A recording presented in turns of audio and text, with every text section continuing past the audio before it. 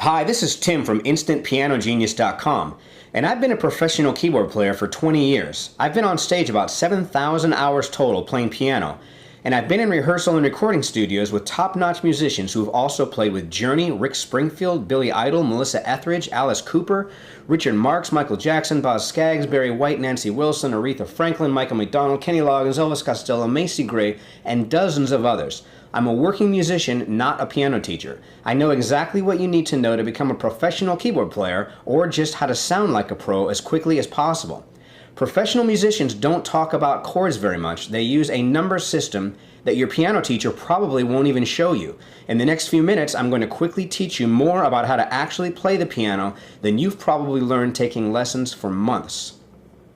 Here's why I say if you can count to 8, you can become an instant piano genius. In fact, if you're not using this numbering system, you're wasting your time and effort. I'm going to move quickly, so watch this multiple times if you need to. Let's get started. First, hand fingering. When I talk about fingers, I'm going to count thumbs as being 1, then the next finger out being 2, 3, 4, and little fingers being 5. So just keep that in mind when I'm talking about fingering. 1, 2, 3, 4, 5. 1, 2, 3, 4, and 5. Next, on the piano, there's white notes and black notes, but they're all the same. Just think of them as being equal. And a half step is going from any one note to another note that's right next to it. So here to here is a half step. From here to here is also a half step. From here to here is also a half step.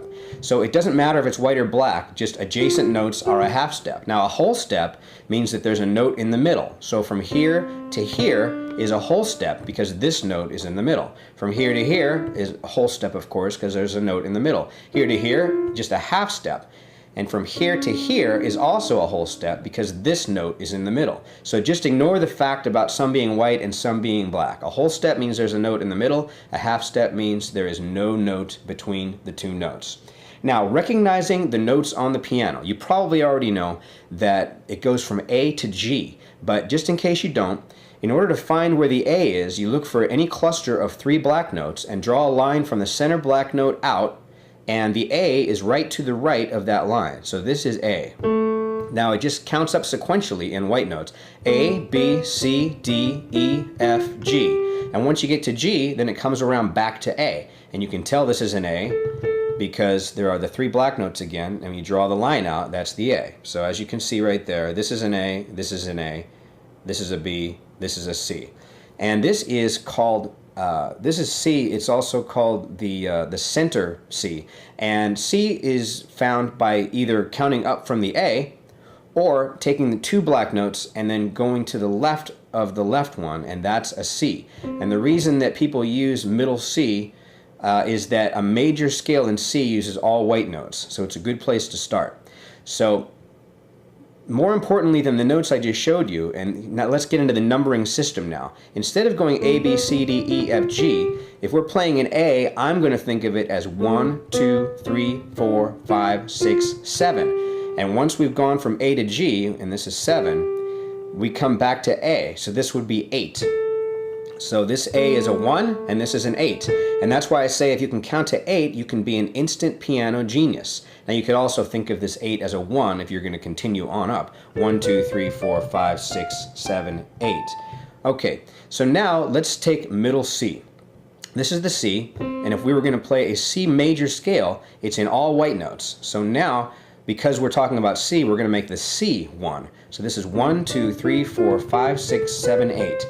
And now I'm going to show you how you can play any major scale easily.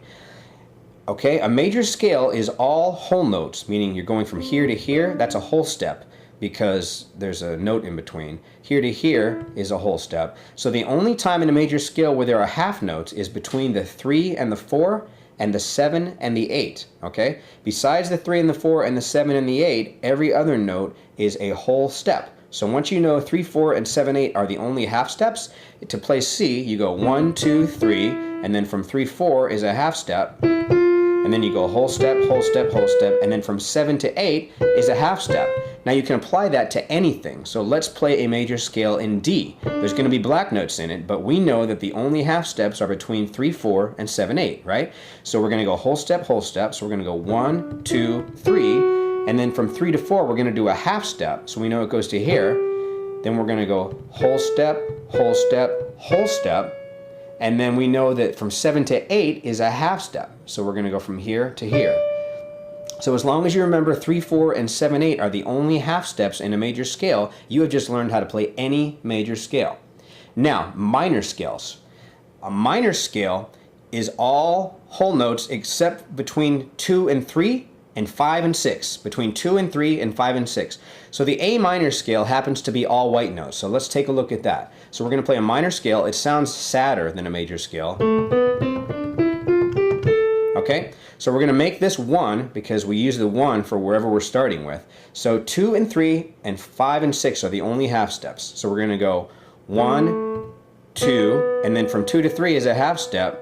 And then we're going to go 4, 5, and then from 5, 6 is a half step, and then it's all whole steps, 7, 8. Now that we know that, we can play any minor scale. So let's do it in E, okay?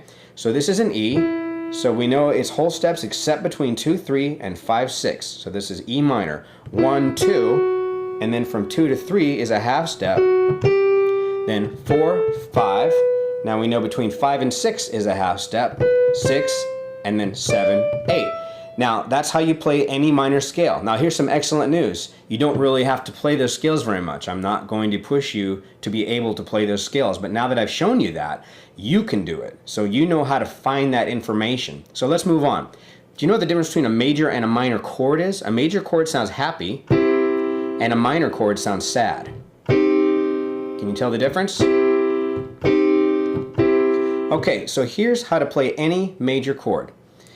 We're going to use C because C is all white notes, so it's easier to see. But a major chord uses the 1, the 3, and the 5. So you're going to use your 1, 3, and 5 fingers, and also you're going to use the 1, 3, and 5 notes in a major scale. So we can find out that the notes in this major scale in C are 1, 2, 3, 4, 5. So we're just going to use 1, 3, and 5. Alright, so here's how you can figure out how to play any major scale. Just look at how many notes are in between each of these chords. Between the 1 and the 3, there are 3 notes, 1, 2, 3. And between the 3 and the 5 are 2 notes, 1 and 2. Alright, so now that we know that, we can play any major scale. It's just the 1, 3, and the 5, and you're going to be leaving 3 notes between the 1 and the 3, 2 notes between the 3 and the 5. Now once we can play C, playing F and G are exactly the same. They're all white notes. So if I leave my hand like a claw and slide up, I can play F, 1, 3, 5, 3 in between, 2 in between, and I can play G. I know it's G because that's the note that my thumb is on. That's a G. That's a G major. Now, we can play any major chord. So let's try to play a D major. Okay, we know our thumb's going to go on D, and then if we don't know what notes to find, we're just going to count up 3, 1, 2, 3, put our third finger there, and then we're going to count up 2, 1, 2, and put our fifth finger there. Okay, so that is a D major. Now that we know the D, if we make our hand like a claw, we can also play an E and an A because they're exactly the same. Slide up and move over. That's an E chord. We know it is because that's where my thumb is. And then slide up again. That's an A chord. I know that because that's where my thumb is. All right? You can do that with any major chord. Just leave 3 notes in between your first and third, 2 notes in between your third and fifth. Easy as that. Now, how to play any minor chord. The only difference between a major and a minor chord is that the third finger plays 1/2 step lower, okay? So to change a C major chord into a C minor chord, you just take your third finger and you move it down a 1/2 step. So when you look at the spaces in between, for a minor chord, you've got 2 keys in between your first and third finger and 3 keys in between your third and fifth finger. Now that you know that, you can play any minor chord. If you can play C minor, by freezing your hand in a claw, you can slide up and play F minor. You can also play G minor. Now an A minor has no black notes in it. We know this is an A minor because our thumb is on the A. There's 2 spaces in between the first and third finger, and there's 3 spaces in between third and fifth finger. Now that I can play A minor, I can play D minor. I know that's a D because my thumb's there. And E minor. I know that's an E minor because my thumb is there. And that's how you can play any minor key. Just put your thumb on the first note that you're trying to play and then pick out the spaces. It's as simple as that.